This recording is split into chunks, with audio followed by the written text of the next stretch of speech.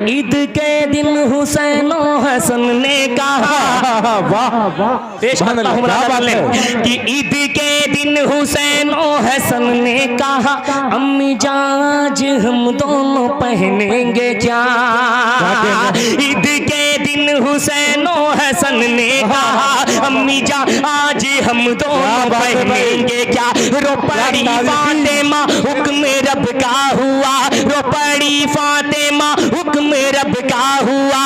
खुल्द से जोड़े जिब्रील ले करके जा, खुल्द से